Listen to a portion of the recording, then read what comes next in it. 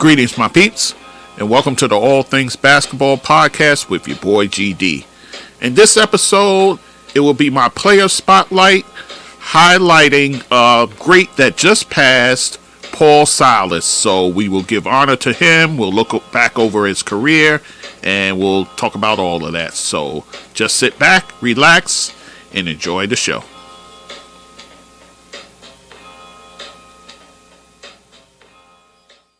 We're going to do our player spotlight. I had it on one player, but I'm going to skip that person and we'll just highlight someone we have just recently lost. So it's about Paul Silas. Paul Silas, a well-known and respected player as well as coach in the NBA. We just lost him. So I said, you know what? Time to do a profile. So let's get into it. Paul Silas, a power forward at the height of 6'7", 225 pounds. So kind of undersized, but man, could he rebound. So we'll talk about it. He was born July 12, 1943 in Prescott, Arkansas. So he's born down there in the kind of Midwest there, Arkansas, kind of north as well, a little northwest as well. So, yeah.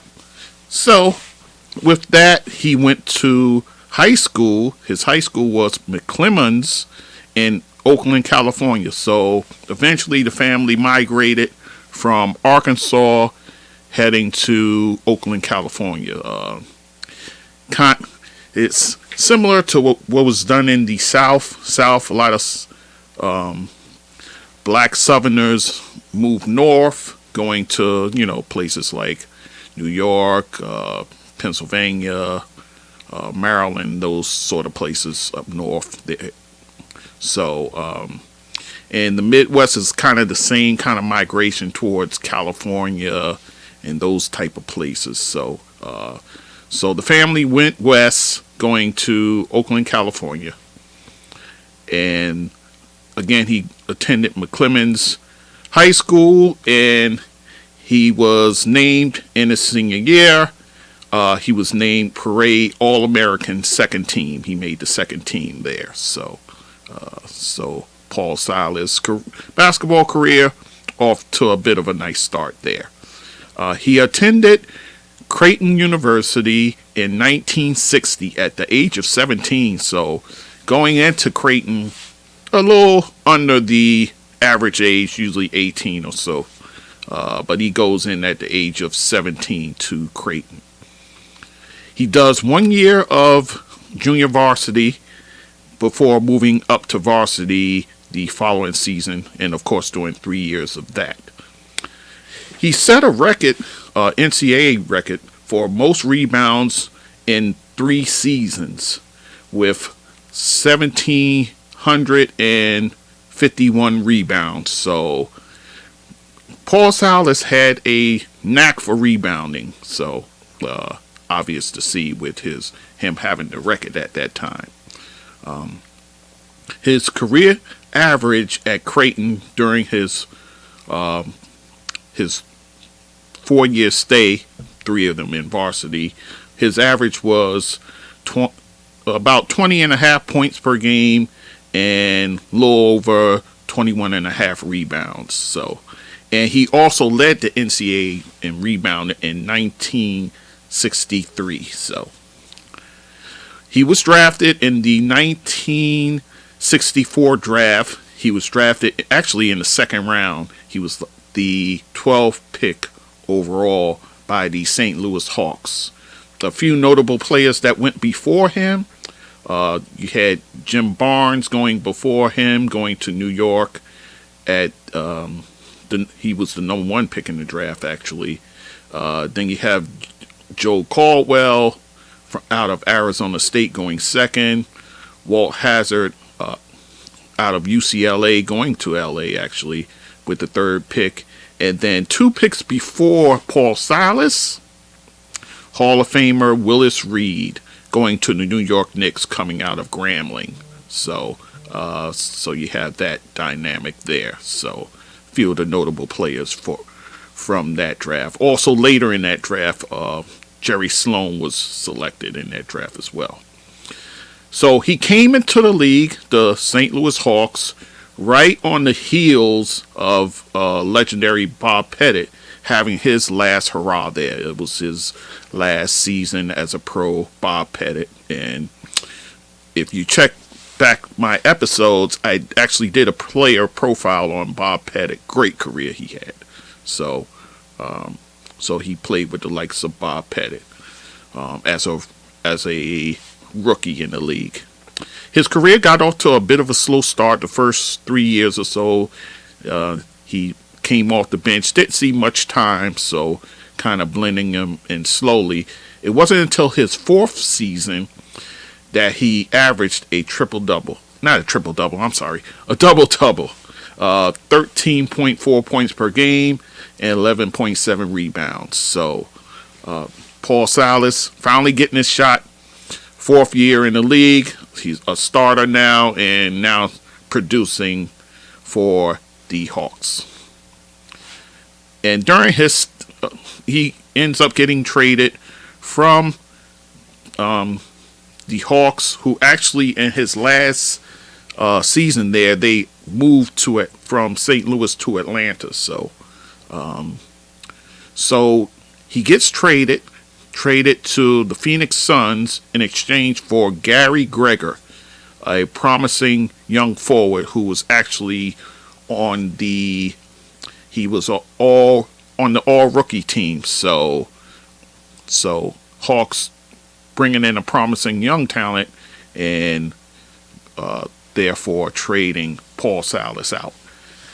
During Paul Silas's stay there, he played with the likes of Bob Pettit, Lenny Wilkins, who he was good friends with even after basketball, Zelmo Beatty, Richie Guerin, and Cliff Hagan. So he played with quite a bit of Hall of Famers there. So he gets traded to Phoenix. During his stay in Phoenix, he stayed there for 3 seasons. Each year he averaged a double-double. He made all-defensive team twice, and he made 1 All-Star game in 1971-72 season. So with that, he was then traded to Boston with cash for the rights to ABAer Charlie Scott. So he gets traded from Phoenix, and then he's heading to the Boston Celtics in exchange for guy who was tearing up the ABA, Charlie Scott. So during his 4 seasons in Boston, he played with the likes of Dave Cowens, John Havlicek, JoJo White, and all those guys there. During those 4 seasons, he averaged a double-double each year while winning 2 championships in 1974 and then in 1976, which is prior to the ABA-NBA merger. So he also made another All-Star appearance as a Celtic, and he made 3 all-defense teams. So again, showing that he's a prolific rebounder as well as a guy who can defend his position. So traded again. This time he was traded in a 3-team trade. This time Paul Silas goes to Denver. Ralph Simpson goes to Detroit, leaving Denver actually, and then Carl Rowe leaving Detroit, going to Boston. So he's part of a 3-team trade that was made there. So with that, he only spent 1 year in Denver before getting traded yet again. Getting traded along with Marvin Webster and Willie Wise, going to Seattle this time. going to Seattle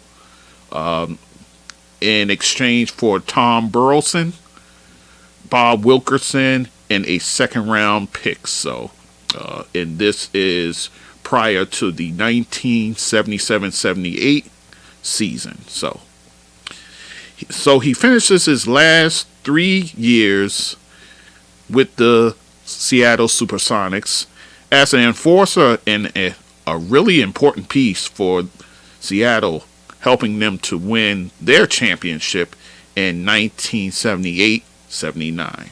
So Paul Silas, again, being a major factor for a championship team at that. So he retires after the 1979-80 season. So, and then from there, he immediately goes into the coaching profession.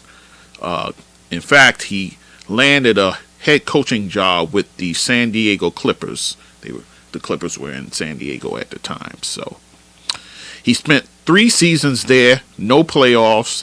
In fact, they finished 34-46, 17-65, and then 25-57. So, not much success in the while with the San Diego Clippers. Notable players that he coached: Swin Nader, Freeman Williams, a young Tom Chambers, a young Terry Cummings, who, in fact, under his watch, he won Rookie of the Year his first season in the league. Terry Cummings did. Bill Walton, who, although he only played 33 games for him, Walton's still dealing with the foot issues and so forth. Lionel Hollins, and then a young Craig Hodges as well, who would eventually end up with the Bulls, helping those guys there. So after being fired from the San Diego Clippers, he becomes an assistant coach for 12 years, starting with 1988, where he would be an assistant with the New Jersey Nets, and then from there for the New York Knicks. He was there a few seasons there. Then he goes back to New Jersey to the Nets. Also assistant coach in Phoenix, and then assistant in Charlotte as well. In fact, he finally gets his another chance at coaching 15 years removed from his last job that he had with the San Diego Clippers. So he gets a crack at head coaching when the Charlotte Hornets move him up from they basically named him interim head coach after they fired a buddy of his, Dave Cowens. He got fired. So, and with 35 games left in that season, he ends up coaching the team to a 22-13 record. So then the off season comes. And then after that 1998-99 season, he gets the job full time, the head coaching job there. His Charlotte teams would go 40. After that, they go 49-33, 46-36, 44-38, and then 47-35. While he was coaching the Hornets, and he also coached the inaugural first year in New Orleans when they became the New Orleans Hornets. So during those runs, they made it to the conference semifinals twice, and they got knocked out the conference semifinals twice, and then in the first round they got knocked out twice. So what can you do there? The notable players he coached while he was with the Hornets: Eddie Jones, the late Bobby Phills, Derek Coleman, Anthony Mason, who came in the trade for Larry Johnson, Jamal Mashburn, and Baron Davis. So he leaves the New Orleans Hornets to coach LeBron James in his first 2 seasons in the NBA. So he's able to coach LeBron there in the 2003-2004 season, and then 2004-2005. Both of those seasons, the team would go 35-47, and then 34-30 before he was fired, before the season would end. He worked briefly at ESPN, doing analyst work there, and then he comes back to the Charlotte. This time they're the Charlotte Bobcats. They had a name change, so forth. That's a podcast for another day, but nonetheless, so he came to coach him one last time as an interim. He lasted 2 seasons before leaving the game for good in 2012. So that in a nutshell is Paul Silas's career. Let's look at his career numbers, shall we? As an NBA player, he played 16 years, played in 1,254 games. His career averages 9.4 points per game, nearly 10 rebounds per game, 1.4 blocks. Shot at 43.2% from the field, 67.3% from the free throw line. He's a 3-time champion, twice with Boston, once with Seattle. A 2-time All-Star. 5-time All-Defense. Twice he was first teamer, and then the other 3 times he was second team. So that's his NBA career right there. So other accolades are his number 35 jersey.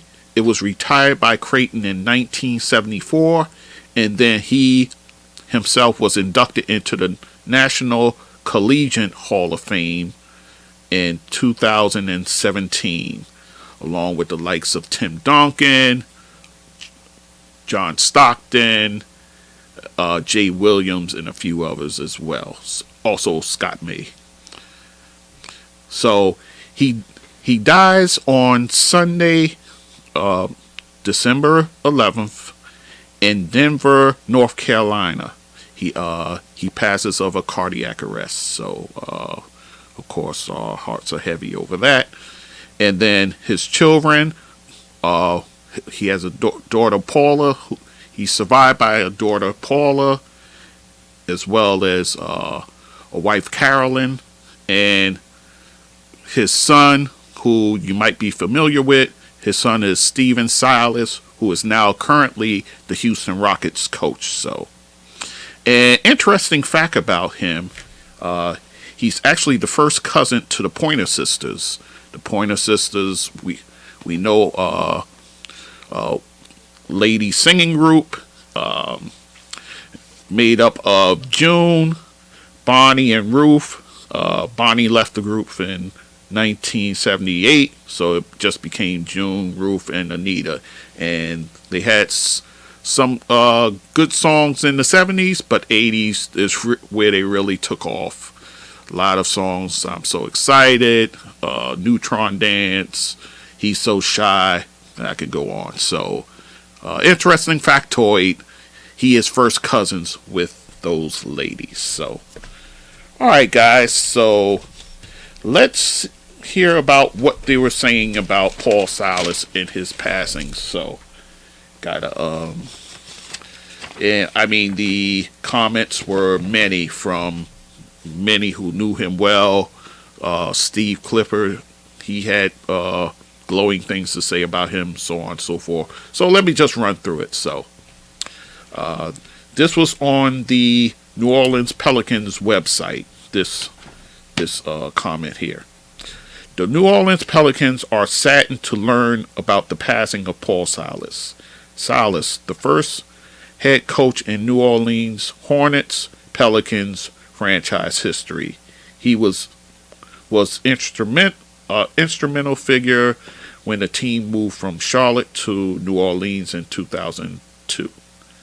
leading the team to 47 wins in its inaugural season. We extend our deepest condolences to the Silas family during this difficult time, and this is the statement from the New Orleans Pelicans. LeBron was interviewed after one of his game on Sunday, and he had this to say about Paul Silas. Probably one of the greatest human beings I've ever been around. The start of my journey in this league started with him. So this is directly from LeBron James. So, all right, let's go to the Twitterverse and see what they were saying there. So I'll give you all the Twitter statements made. Let's start, of course, with the commissioner of the NBA, Adam Silver. Here's what Adam Silver said via Twitter. All of these are via Twitter, the rest of these, by the way. We mourn the passing of former NBA All-Star and head coach Paul Silas. Paul's lasting contribution to the game is seen through the many players and coaches he inspired, including his son, Rockets head coach Stephen Silas. We send our deepest condolences to Paul's family, and that's from Adam Silver. Next, we'll hear from Greg McDermott, who's the current Creighton head coach. I am deeply saddened to hear of the passing of Creighton legend Paul Silas. His illustrious career as a player and coach will be matched by few. Our thoughts and prayers are with his family and friends during this difficult time. And that's from Greg McDermott, Creighton University head coach. And this is from the Boston Celtics. Paul Silas was a consummate team player and an integral member of the 1974 and 1976 NBA World Champion teams. Paul was a fierce competitor with his tenacious rebounding and depth scoring ability around the hoop. An intense and driven player on the court, the personable and gracious Silas was an ambassador for the sport of basketball and a gentleman off the court. The Boston Celtics mourn his passing and extend our sympathies to his family and loved ones. That's from the Boston Celtics. Boston Celtics always being the class act when it comes to these sort of things. This is from the Seattle Supersonics. I even know they still had a page since they're not in quote-unquote existence, but this is from their page. Saddened to hear of the passing of Paul Silas, a member of the 1979 NBA champion Supersonics. He was a beloved figure, a fierce competitor, and simply an incredible man. So that's from the Seattle Supersonics. This is from the Los Angeles Clippers.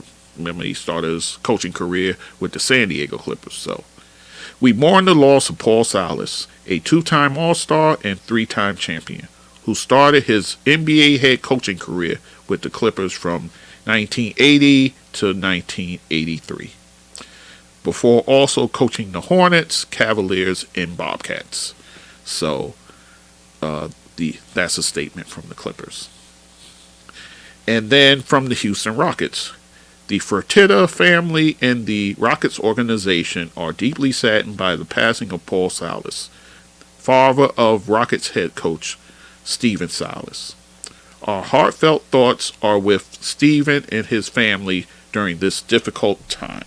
So that's a statement from the Houston Rockets, being that his son is the coach there. So, and now this is from the NBA Players Association. We are deeply saddened by the passing of our brother Paul Silas. Paul was an incredible man on and off the court, whose impact was felt across generations of our basketball community. Our thoughts and prayers are with the Silas family during this time. And this is from the National Basketball Players Association. Oh, by the way, during his tenure in the NBA, he also served as union president one point in time there. This is from David Aldridge, NBA columnist and analyst. So sad to hear of the passing of the legendary Paul Silas, a giant of a man on and off the court who was always generous and honest with his time. Condolences to Stephen and his family. R.I.P. Rest in peace. And that's from David Aldridge. Now from Bob Ryan, Boston's Globe columnist. I am very sad to report that the great Paul Silas has died at age 79. To watch him play was a joy. To be his friend was an honor. And that's from Bob Ryan. And this is from Howard Beck. He actually has a Paul Silas story to tell. So, Howard Beck, NBA columnist and analyst. And here's his story. Every July, I get this cheerful happy birthday text, which I always found very thoughtful, but also surprising. We didn't know each other well. Just spoke a few times by phone. And how did he know my birthday? Was I being pranked? Was it still his phone? But I always text back to say, thank you, hope you're well. Mentioned this whole routine to Stephen Silas last year and showed him the text. Big smile and a laugh. Yep, Stephen said, that's still my dad's number. And yes, he sent those to everyone. It's his thing. Silas was a giant in the league in so many ways and touched so many lives as a player and coach. Grateful I got a chance to chat with him over the years. I'll miss those birthday texts. Sending love to his whole family. Rest easy, coach. And that's from Howard Beck. So nice little story there. But that speaks to the gentleman of a man that he is. So, and this now is from Mike Wise, another NBA journalist. Paul Silas is one of the greatest people I've ever known. Fact that he was a Hall of Fame basketball player, NBA coach, Oakland's own, was almost ancillary. I love that man. Godspeed. My heart goes out to his widow Carolyn and children Stephen and Paula. So that's from Mike Weiss. Now this is from Mike Greenberg, host of Get Up, and you know him from the Mike and Mike show. You know him from that, so you know him in that regard. So sad to hear about Paul Silas, who was as rugged a rebounder as the NBA ever saw, and basketball lifer in all the best ways. Won 3 championships and played and later coached with great passion and toughness. Condolences to his son Stephen and all his family. That's from Mike Greenberg.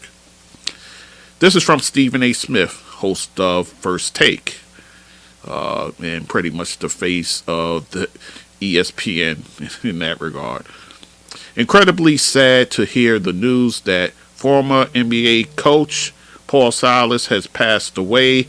Tough as nails, big time competitor, champion, and a man who was always good to me, especially when I started in this business. Condolences to Houston Rockets coach Paul Silas and fam. And that's from Stephen A. Smith. R.I.P.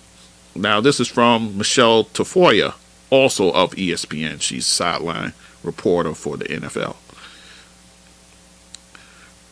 R.I.P. Paul Silas. What a wonderful light, and cut too short. Sincerest condolences to those close to him and all who admired him. And that's from Michelle Tafoya. Now this is from the MBPA president, Michelle Roberts. A true champion as a player and a man. Rest in peace and power. Arms around the family. And that's from Michelle Roberts. Now we have former head coach George Karl. and recent Hall of Famer, by the way. Paul Silas was a competitor. He got his teams to play the right way, and he was always mentally and physically tough. Paul was a great ambassador of the game, and he will be missed. And this is from George Carl. Now from Austin Carr, a former Cleveland Cavalier player and current TV analyst. Sad to hear about Paul Silas. He was a good friend and one of the best people I've had the gift to know. My family sends its condolences to Paul's family, and that's from Austin Carr. And now this is from Eddie Johnson, former player, played in many different places there, and current NBA analyst. One of the greatest teams ever continues to be built up in heaven. Paul was one of the greatest rebounders ever and an ultimate team guy. And most importantly, he was a great mentor. Thanks, Paul, for always greeting me with a smile and great advice. R.I.P. And that's from Eddie Johnson. This is from Rex Chapman, a former player as well. And I believe he played under Paul's watch as a Hornet. Paul Silas was a giant in basketball circles, a great man. Was fortunate to spend a couple of seasons with Paul when I was an assistant with the Suns. So, interesting. I don't know anyone with a bad word to say about him, ever.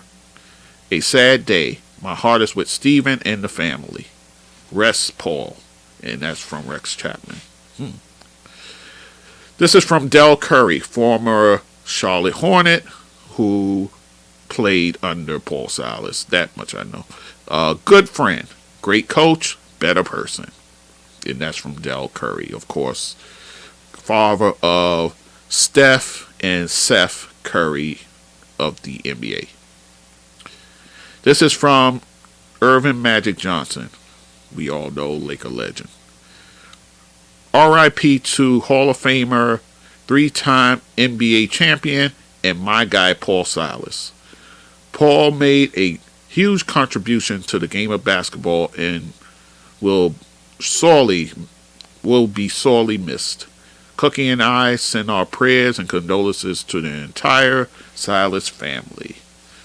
And that's from Magic Johnson.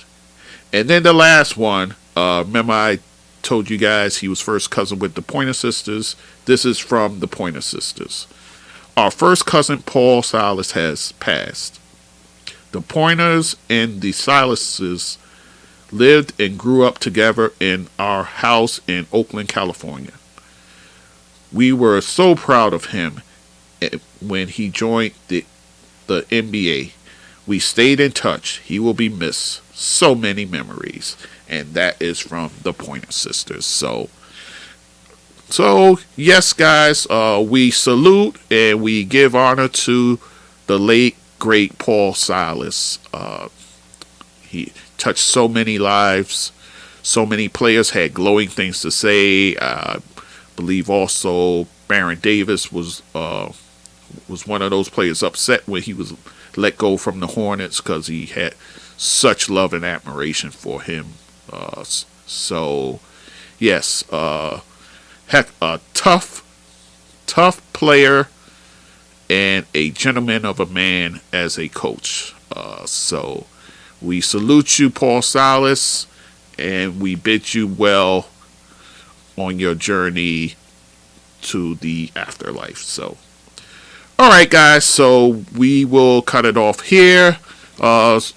Always so much to do as far as the world of basketball goes. So as long as it keeps happening, I'll keep bringing it. All right, guys. So with that said, I'll wrap it up here. Thanks for listening, and we will talk soon. Take care. So, my peeps, if you like what you're listening to, you can go to my website, www.allthingsbasketballwithgd.com. You can also email me at thatsportsdudegd@gmail.com.